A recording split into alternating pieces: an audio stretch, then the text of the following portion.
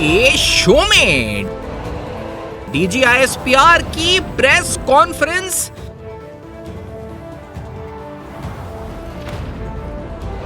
सानिहा 9 मई lieutenant general समेत 3 आला फौजी अफसरान बरतरफ।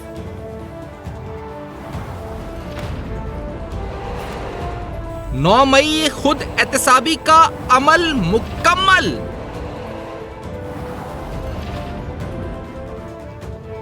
मंसूबा साज सहूलतकार और शरपसंद बेनकाब।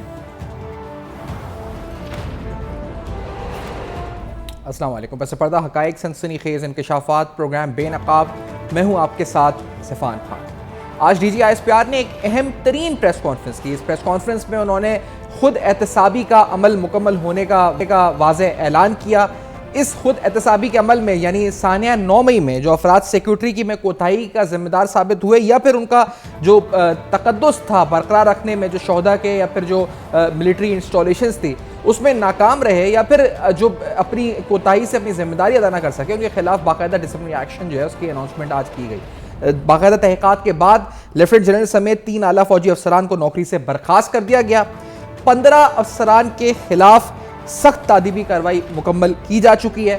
इन 15 अफसरान में 3 मेजर जनरल्स, 7 ब्रिगेडियर्स शामिल हैं। ये वाज़े तौर पर आज डीजीआईएसपीआर ने बताया कि जितना बड़ा ओहदा होता है फौज में उतनी बड़ी जिम्मेदारी होती है। तो आज एक ट्रेंड सेट करके खुद एहतसाबी का अमल मुकम्मल हुआ आज पाक फौज ने, और इसका ऐलान भी हुआ। और इसके अलावा बहुत अहम बातें की गई। इन्होंने मंसूबा साज उस दिन के, इसके अलावा सहूलतकार और जो शरपसंद अनासर मुलविस थे उनको एक बार फिर बेनकाब किया। और साथ साथ ये कि अब पूरी कौम की तवज्जो इस तरफ है कि आखिरकार 9 मई में मुलविस इन अफराद को सजा कब होगी। क्या ये मसनूई या फेक प्रोपोगंडा जो इंसानी हुकूक का किया जा रहा है इसके लिबादे में छुपकर बचने में कामयाब तो नहीं हो सकेंगे। ये सारे अहम सवालात हैं जो आज फिर उठाए गए। 102 शरपसंदों का जो सिविल कोर्ट्स ने ट्रायल मिलिट्री कोर्ट में शिफ्ट किया है। बताया गया कि 17 स्टैंडिंग मिलिट्री कोर्ट्स हैं जो आइन और कानून की रोशनी में काम कर रहे हैं। और इसके साथ साथ ये भी बताया गया कि किस तरह एक रिटायर्ड 4 स्टार जनरल की नवासी,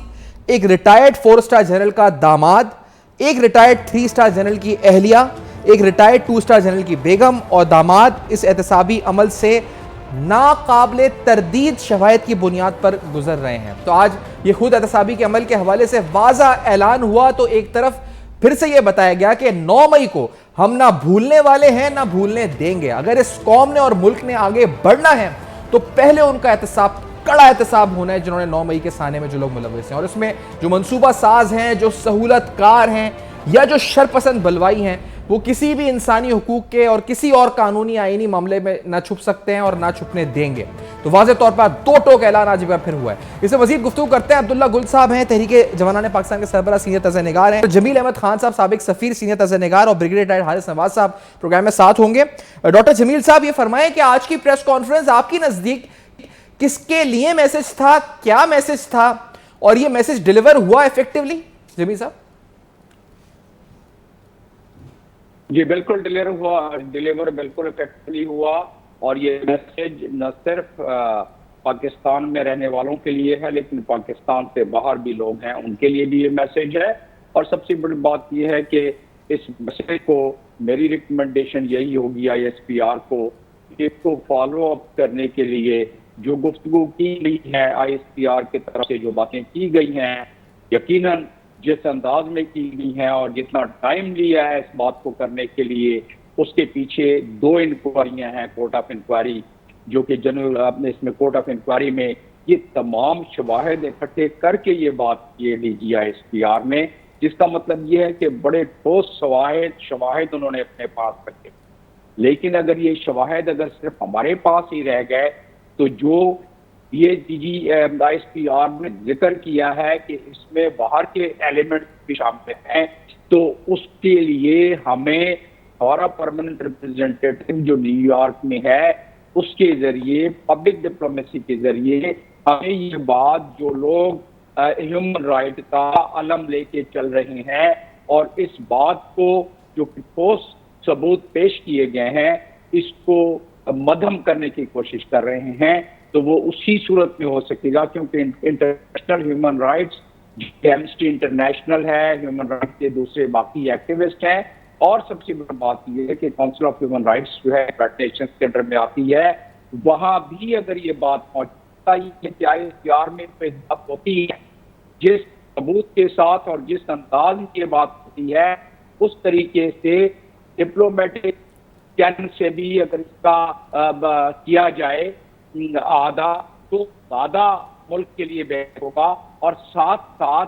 जो ब्रीफिंग दी गई है यहाँ पाकिस्तान ने, जिस तरह के DGISPR ने बताया कि हमने फॉरेन मिशंस को, काउंसिल्स को भी इस बारे में ब्रीफ किया है कि लोग ह्यूमन राइट्स के पीछे कैसे छुप रहे हैं, ह्यूमन राइट वायलेशन के पीछे कैसे छुप रहे हैं, लोग किस तरह फेक वीडियोस को सोशल मीडिया पे डालकर ह्यूमन राइट का दंगा पीटा जा रहा है। तो ये चीजें जो उन्होंने बताई हैं, और क्योंकि अब 2 कोर्ट ऑफ इंक्वायरियां हो गई हैं जिसके तहत सबूत भी सामने आए हैं, जिसके तहत इतने सारे मेजर जनरल्स, इतने सारे ब्रिगेडियर्स और 3 स्टार जनरल, 4 स्टार जनरल के फैमिली, 3 स्टार जनरल की फैमिली और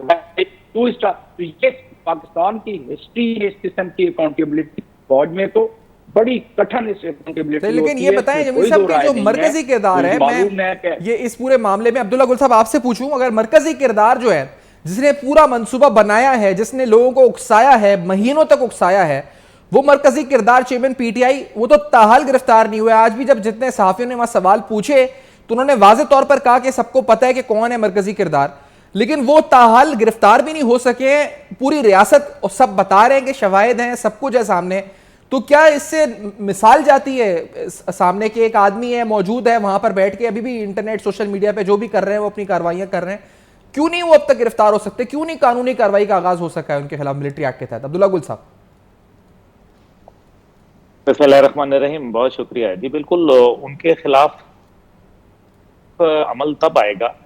पहले आपने फौज के अंदर जो कि कहा जा रहा था कि जी फौज के अंदर या फौज से रिलेटेड या कोई रिटायर्ड अफसरान या उनके फैमिलीज के हवाले से बहुत सारे शकूक और शुबहात पैदा किए जा रहे थे, लेकिन अब जो हालात बन गए हैं बड़े वाजे मेरे ख्याल में बता दिया गया है कि हमने हाजिर सर्विस जो 3 स्टार जनरल थे उनको भी नहीं छोड़ा, उनके साथ 3 मेजर जनरल जो हैं हाजिर सर्विस उनके खिलाफ भी जो है वो कार्रवाई की जा रही है, और 5 जिनको 1 स्टार ऑफिसर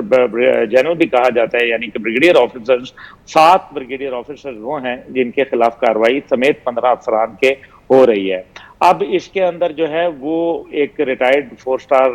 जनरल की जो है नवासी भी हैं, उनके दामाद भी हैं, इसी तरीके से एक रिटायर्ड जनरल 3 स्टार और 2 स्टार की अहलिया भी हैं और दामाद भी हैं जो इस टाइम पे एहतसाब के अमल से और जो जितनी भी इंटेरोगेशन है उससे गुजर रहे हैं। और ये बात अब वाजे हो गई क्योंकि DGISPR ने बड़ा वाजे क्लियर कह दिया कि असल जो मास्टरमाइंड है जिसने लोगों को उकसाया, जिसने बयानियां बनाया, जिसने नैरेटिव बिल्ड किया, हेट्रेड जनरेट किया, उसको जो है वो उनका इशारा दे दिया। अब नेक्स्ट स्टेप जो है वो यही होगा। अफवाज पाकिस्तान ने अपना एहतसाब के अमल के अंदर बड़ा वाजे कर दिया कि हम किसी की परवाह नहीं करते, चाहे वो सर्विंग हो या रिटायर्ड हो, किसी हाई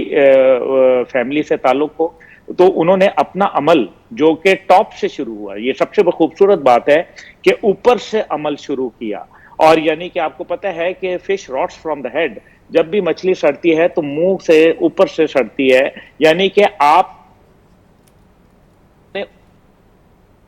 ऊपर। अब नेक्स्ट स्टेप जो है वो PTI के चेयरमैन के ऊपर आएगा और मेरा ख्याल है कि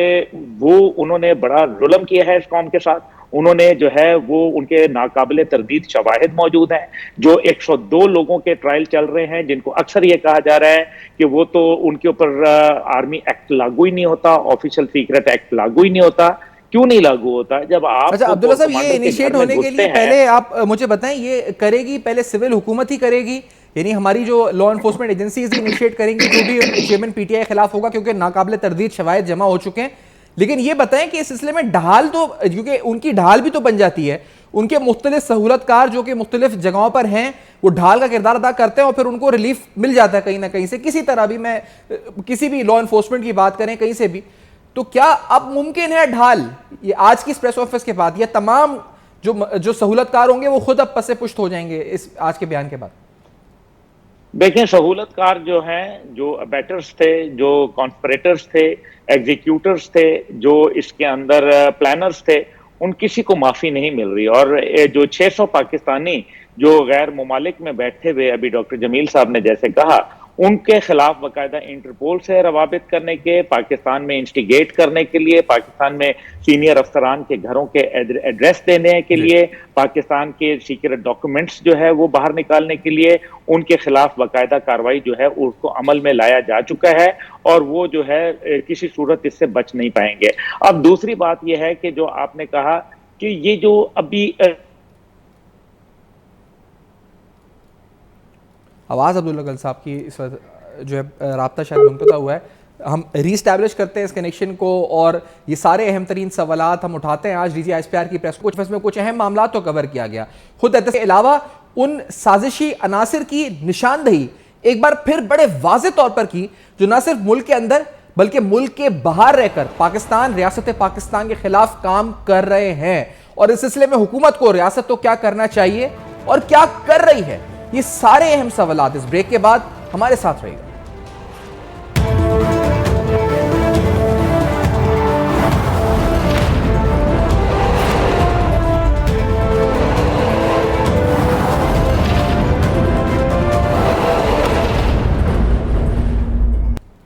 वेलकम बैक। आप देख रहे हैं बेनकाब और आज बेनकाब में अहम तरीन प्रेस कॉन्फ्रेंस जो DGI की तरफ से की गई, इस प्रेस कॉन्फ्रेंस के हवाले से आपको बता रहे हैं इसके जो पस मंज़र है और साथ साथ इसमें जो ऐलानात हुए हैं उसकी इम्प्लीकेशंस क्या हो सकती हैं, इसको भी जानने की कोशिश कर रहे हैं। आज DGI ने बड़े वाज़े तौर पर कहा कि जिन ममालिक से, यानी अगर इंसानी हुकूक की बात होती है तो इसमें 2 या 3 चीज़ें हैं। एक तो कि कुछ लोग ऐसे हैं जो अंदर से ये आवाज़ उठाते हैं कि यह इंसानी हुकूक की खिलाफ वर्जी, जो प्रोपेगेंडा करते हैं। कुछ ऐसे लोग होते हैं जो बैरून मुल्क होते हैं और वहां बैठकर प्रोपेगेंडा करते हैं। लेकिन इसमें एक खतरनाक या एक जो एक्स्ट्रॉर्डनरी बात होती है वो ये होती है कि कुछ लोग ऐसे हैं जो कि वहां मौजूद, यानी आलमी सतह पर मौजूद कांग्रेस या दीगर इदारों के जरिए पाकिस्तान की माली मावनत में रुकावट बनने की कोशिशें करते हैं। ऐसे लोग भी मौजूद हैं और साथ साथ ये भी उनकी तरफ से आज वाज़े तौर पर बताया गया कि किस तरह से ये पूरा गठजोड़ पाकिस्तान के खिलाफ काम कर रहा है और तमाम ठोस शवाहिद यानी CCTV footages, telephone calls, audio leaks इस बात की वाज़े निशानदेही कर रहे हैं कि किस तरह ये पाकिस्तान के खिलाफ एक मुनज़्ज़म साजिश और प्रोपेगेंडा इस पूरी सूरत हाल में किया गया। आज DGI ने न सिर्फ खुद एहतसाबी का अमल बल्कि आगे का डायरेक्शन भी बताया। उन्होंने कहा कि अगर हमें बहसत मुमलिकत आगे बढ़ना है तो हमें बहुत ज़रूरी है कि कड़ा एहतसाब किया जाए 9 मई के, वरना किसी की जान, किसी का माल, किसी की इज्जत, किसी का तहफ़्फ़ुज़ मुमकिन नहीं है। और आलमी सतह पर वो ममालिक जो हमें इंसानी हुकूक की बातें कर रहे हैं, उन्होंने सिर्फ एक मिसाल दी आज DGI ने। उन्होंने कहा कि किस तरह एक कुर्सी के ऊपर पाँव रखने पर सजाएं दी गई, या अगर ये बलवाई वहाँ पत्थर या किसी के ऊपर टांग कुर्सी पर रख दें तो उनके खिलाफ क्या सजाएं हुई। जो बैरून मुल्कों की मिसाल देते हैं वो पाकिस्तान में क्या ये कहते हैं कि हमें इंसानी हुकूक के नाम पर हर चीज़ की आप पासपोर्ट दे दें, कुछ भी कर सकें, ये नहीं हो सकता। इससे मज़ीद गुफ्तगू करते हैं। डॉक्टर जमील साहब ये फरमाएं, क्या रुकावट है कि मरकजी साज तक ताहाल नहीं पहुंच पा रहे हैं? रुकावट क्या है आपकी नजर में? कोई रुकावट नहीं है, सिर्फ कानूनी जो चारागोई है उसके चंद मराहल होते हैं, वो मराहल नजर आ रहे हैं होते हुए। और वो मराहल क्या हैं? FIR रजिस्टर्ड है, उसमें इन्वेस्टिगेशंस हो रही हैं, इन्वेस्टिगेशन में शवाहिद इकट्ठे किए जा रहे हैं, शवाहिद में लोग बता रहे हैं कि किसने किस तरह इंस्टिगेट किया है, और वो DGI ने भी बता दिया। और DGI ने जाहिर बताया होगा तो उस एविडेंस की बेस पर, जो कि 2 court of inquiry major general, 2 मुख्तलिफ मेजर जनरल्स के जेरे उस कमांड या उनकी सरबराही में कोर्ट ऑफ इंक्वायरी कहलाती है फौज में, ये तो कोर्ट ऑफ इंक्वायरी हुई है, उसके जो नताइज आए हैं, इसका मतलब एविडेंस जो है तो वो आर्मी की बात हो गई। क्योंकि इस वक्त तक के सिविल डोमेन में है, जिन लोगों ने इंस्टिगेट किया, चाहे वो PTI के पुराने चेयरमैन हो या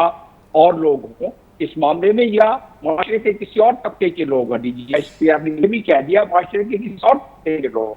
तब भी तो ऐसी सूरत में आपके सवाल का मुख्तसर जवाब मरहलावार जो इन्वेस्टिगेशन हो रही है, जिस तरह आर्मी ने कोर्ट ऑफ इंक्वायरी के जरिए तमाम शवाहिद इकट्ठे करके अपने अफसरान के खिलाफ एक्शन लिया है और टॉप मोस्ट अफसरान के खिलाफ एक्शन लिया है, और जिस तरीके से केसेस ट्रांसफर हो रहे हैं 109 सिविलियंस के, जो कि कॉन्स्टिट्यूशन से बना MPML manual of Pakistan military act और मिलिट्री एक्ट के तहत, मिलिट्री आर्मी एक्ट के तहत उस पे केस 52 उसका सेक्शन है और बाकी सेक्शंस हैं, उसके तहत सिविल कोर्ट से वो केसेस ट्रांसफर हुए और उसके तहत वो अब इस कॉन्स्टिट्यूशन, इस मुल्क के मुमलिकत पाकिस्तान का एक्ट जो आर्मी एक्ट है, उसके तहत ट्रायल उधर शुरू हो रहे हैं। जाहिर है वो लोग जाके जो जब ट्रायल शुरू हुआ तो वो दफा पे बताएंगे कि इन 109 को तो पकड़े गए हैं, इनके खिलाफ टेक्निकल शवाहिद मौजूद हैं जो पेंसिल और किसी चीज मिलाकर, तो वो टेक्निकल शवाहिद भी मौजूद, और वो खुद बोले कि उनकी मनसूबाबंदी किसने की, उनको किसने कहा, और वो ताने पाने किस तक कहते, चाहे वो चेयरमैन हो या उससे निचले का तबका हो, तो जाहिर है जो DGI क्या कह रहे हैं कि law would take its own course, उस law would take its own course में, चाहे वो एंटी टेररिस्ट ट्रायल हो, और अगर वो जुमरे में आता है कि आर्मी एक्ट ट्रायल हो तो भी होगा। न सिर्फ बात इधर खत्म होती है, DGI-SPR ने बड़े वाज़ेह और बड़े जामे तरीके से जो प्रेस कॉन्फ्रेंस में बात की है कि इन तमाम अफराद को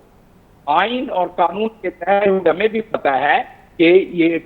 अमेंडमेंट और जो 21वीं जो है उसको आपको अगर हम देखें और 175 को हम देखें तो इनको हक हासिल है कि वो अपनी ट्रायल, यानी अगर मिलिट्री को होती है तो हाई कोर्ट आ जाए, हाई कोर्ट से कोर्ट दे जाए। तो आप ये आप बताएं कि जब ये तमाम राहल मौजूद है और उनको हक दिया जा रहा है, ह्यूमन राइट वायलेशन का प्रोपेगेंडा जो कुछ भी नहीं हुआ है। मैं ये बताता चलूं कि PR की नॉलेज की ये बात होगी, लेकिन मैं आर्मी हल्कों को भी, अपने फॉरेन ऑफिस के हल्कों को भी ये बताता चलूं कि ये मामला इंटरनेशनल ह्यूमन राइट के लोग उठा सकते हैं, मजीद उठाएंगे, और क्योंकि 5th जनरेशन वार हमारे खिलाफ ऐसी चल रही है तो उसे पता लेकिन जमील साहब ये उठाने के अलावा जो उन्होंने एक बात की कि इससे हमें नुकसान, जैसे एक बिल की बात हो रही थी अमेरिका में कि हमारी दिफाई मुआवनत या माली मावनत बंद कर दी जाए इंसानी हकूक की बुनियाद के ऊपर। कुछ कांग्रेस बैन और लॉबी जो थे वहां पे लोग काम कर रहे थे, लॉबी फर्म्स भी थी और PTI के कुछ लोग एक्टिव थे। तो क्या कोई कानूनी कार्रवाई या इंटरनेशनल ट्रीटीज के बुनियाद पर माली मावनत में मुश्किलात हायल हो सकती हैं इस बुनियाद पे? DGI-SPR ने इशारा भी किया था ऐसी कुछ बात का। देखिए यकीनन अगर अपने घर का भेदी जो है वो जाके लंका ढाहे दूसरी जगह पर, वो जाके अगर उनके लोगों से मिलकर कहे कि भाई इनको इमदाद ना दो क्योंकि ह्यूमन राइट की वायलेशन हो रही है, जिन मुल्कों में ह्यूमन राइट की वायलेशन होती है, न सिर्फ उनकी इमदाद पर फर्क पड़ता है, उनके इमेज पे फर्क पड़ता है, उनके इज्जत व वकार पे फर्क पड़ता है, उनके कुछ लोगों को वार क्राइम में लेके जाया जाता है। मैं अक़वाम मुत्तहिदा में इस चीज से मुंसलिक रहा हूँ, वार क्राइम से मुंसलिक, सीरियस क्राइम इन्वेस्टिगेशन से मुंसलिक रहा हूँ। उसमें इंडोनेशिया के खिलाफ यही बातें, ह्यूमन राइट्स को लेके, उसी चीजों को लेके वार क्राइम तक गए हैं लोग। तो मेरा कहने का मकसद ये है कि हमारे दुनिया में दुश्मन कम नहीं है, तो वो आगे जाके जो हो सकता है करें, जो पहले होता दूसरे मुल्कों में भी होता रहा है, और हमारे खिलाफ तो चारों तरफ से तोफाने खुले हुए हैं 5th जनरेशन वार के। तो ऐसी सूरत में मैं अपने अकाबरीन, चाहे अस्करी अकाबरीन हो या सिविलियन अकाबरीन हो, उनसे कहूंगा कि इसके लिए सर जोड़ें, इसके लिए एक रोड मैप बनाएं, इसके लिए एक स्ट्रेटेजी बनाएं कि बैरून ममालिक और शमूल हमारे जो सफारत खाने हैं या हमारे डायस्पोरा है, उनको यही चीजें जो कोर्ट ऑफ इंक्वायरी में सामने आई हैं, हकायक सामने आई हैं, उसको बयान फरमाए, सिर्फ एक जुबान से नहीं, मुख्तलिफ जुबान से बयान फरमाए ताकि उसका असर कम हो। वरना हम अपने तौर पर अगर ये बात करते रहेंगे तो ये हम अपने ठीक है, तो हमें अलार्म बेल्स हैं ये डॉक्टर जमील साहब, ये कि आप जिस तरह कह रहे हैं कि हमें मुतारिक होना पड़ेगा आलमी सतह पर। अब्दुल्ला गुल साहब ये बताएं कि एक फॉल्स फ्लैग ऑपरेशन, जी तजर्बा बता रहा हूं, जी आप बिल्कुल तजुर्बे की रोशनी बता रहे हैं। अब्दुल्ला गुल साहब ये बताएं, ये मुत्तहिदा का तजर्बा बता रहा हूं। एग्जैक्टली अब्दुल्ला साहब, ये आपसे जानना चाहूंगा कि फॉल्स फ्लैग ऑपरेशन की बात भी की गई एक प्रोपेगेंडे के तहत, और ये इल्जाम उल्टा हमारी पाक अफवाज और एजेंसीज पे डालने की कोशिश की गई। आज इस प्रेस कॉन्फ्रेंस में इस बारे में पूछा भी गया, फिर इस पर एक जवाब भी मुफस्सल आया सामने। आप क्या कहते हैं कि ये जो मुनज़्ज़म साजिश थी कि आज भी की जा रही है इस प्रेस कॉन्फ्रेंस के बाद भी, कि साबित इस तरह किया जा रहा है कि जैसे ये खुद करवाया गया ताकि बाय डिजाइन एक पॉलिटिकल पार्टी को टारगेट किया जा सके, ये तासुर कितना जायल हुआ आज की प्रेस कॉन्फ्रेंस और किस तरह वाज़ेह जवाब दिया गया इस बारे में आपकी नजर में? अब्दुल्ला गुल साहब देखिए, तासुर जो है वो तो आहिस्ता आहिस्ता 9 मई के बाद जो है बहुत ज्यादा जायल हुआ है। पॉलिटिकल पार्टी का जो इमेज है वो पॉलिटिकल से हट के टेररिस्ट एक्टिविटी की तरफ ज्यादा गया, इसलिए बहुत सारे लोग जो है वो तो खुद चले गए। और इसका बड़ा वाज़ी बताया उन्होंने कि इनफरादी अमल है लोग जो पार्टी छोड़ के जा रहे हैं। और मैं बहुत सारे लोगों को जाती तौर पे जानता हूं जो पाकिस्तान से बहुत मोहब्बत रखते हैं, और उन्होंने जब देखा कि इस किस्म के वाकयात हुए और बाकायदा फौजी तनसीबात की तरफ जो है वो ले जाया गया, वो लोग खुद छोड़ के जो है पार्टी को चले गए। अब दूसरी तरफ जो बात है कि आप इंटरनेशनल दबाव देखें, मोदी अभी वहां गया, 75 वहां जो उनके कांग्रेसमैन और सेनेटर्स थे उन्होंने खत लिखा जिसमें तकरीबन गालिबन 58 लोगों ने उसके ऊपर दस्तखत किए। तो क्या मोदी के जो ह्यूमन राइट्स वायलेशन थी वो छुप गई, या मोदी को वहां उन्होंने रेड कारपेट वेलकम नहीं दिया? इसका मतलब है अमेरिका जिसको चाहता है उसको रेड कारपेट देता है, उसके तमाम गुनाह माफ कर देता है, बुचर ऑफ गुजरात का लकब वो देते हैं, और उसके बाद खुद ही जो है उसका वीजा भी खत्म कर देते हैं, लेकिन बाद में उसको रेड कारपेट वेलकम देते हैं। मसला ये है कि पाकिस्तान उनको खटक रहा है। यही बात DGISPR बता रहे हैं कि पाकिस्तान के अंदर भी बैठ के और पाकिस्तान बाहर बैठ के अंदलीब अब्बास आपको याद होंगी जिन्होंने बाकायदा एक ईमेल बनाई और उसकी वीडियो बनाई और कहा कि आप ह्यूमन राइट्स जो कमीशन है और इसी तरह यूनाइटेड नेशन है उसको ये ईमेल लिखें और पाकिस्तान की रियासत के खिलाफ और पाकिस्तान फौज के खिलाफ आप इल्जामात आयद करें। यही काम शीरीन वजारी जो है वो करती रही। यही काम जो है अभी जो उन्होंने बताया कि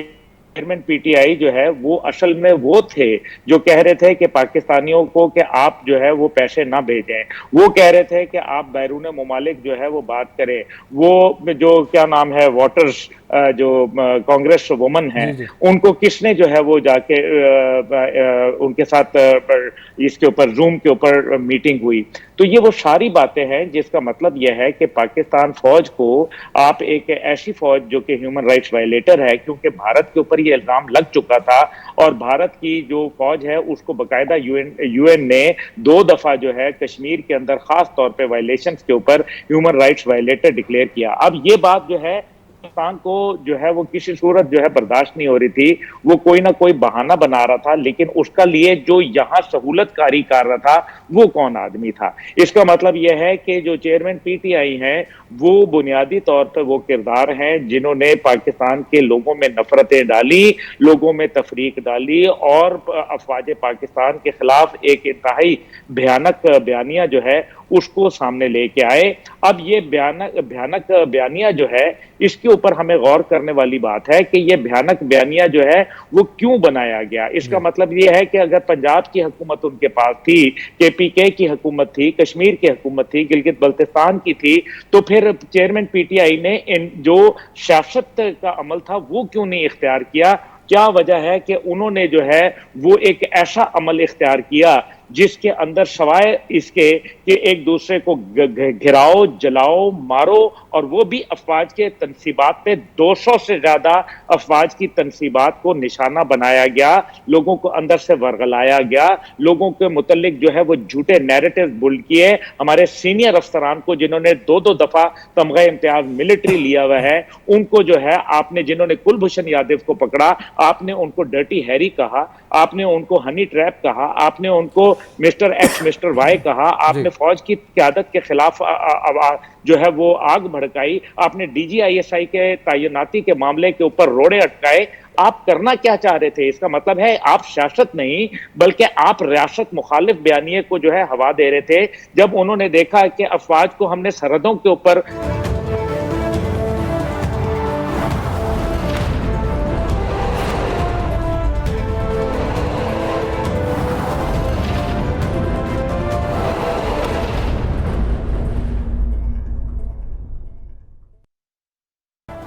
वेलकम बैक। आप देख रहे हैं बेनकाब। आज की प्रेस कॉन्फ्रेंस वाज़े पैगाम है उन तमाम शरपसंदों, उन तमाम मनसूबा साजों और साथ साथ उन तमाम सहूलतकारों के लिए जो 9 मई के वाक़े में किसी तरह भी ये चाहते हैं कि 9 मई के वाक़े में मुलविस अफराद को कोई सज़ा ना हो या कानून हरकत में ना आए। मरहलावार कानूनी कार्रवाई आगे बढ़ रही है और तमाम मनसूबा साज, तमाम इस वक्त सहूलतकार और साथ साथ शरपसंद इस कानून से, इस कानून की कार्रवाई और गिरफ्त से बच नहीं सकेंगे। For feedback you can write us on a Facebook, emails and Twitter. सामने फ्लैश कर रहे हैं, देखते रहिएगा। अब तक अपना बहुत ख्याल रखिए।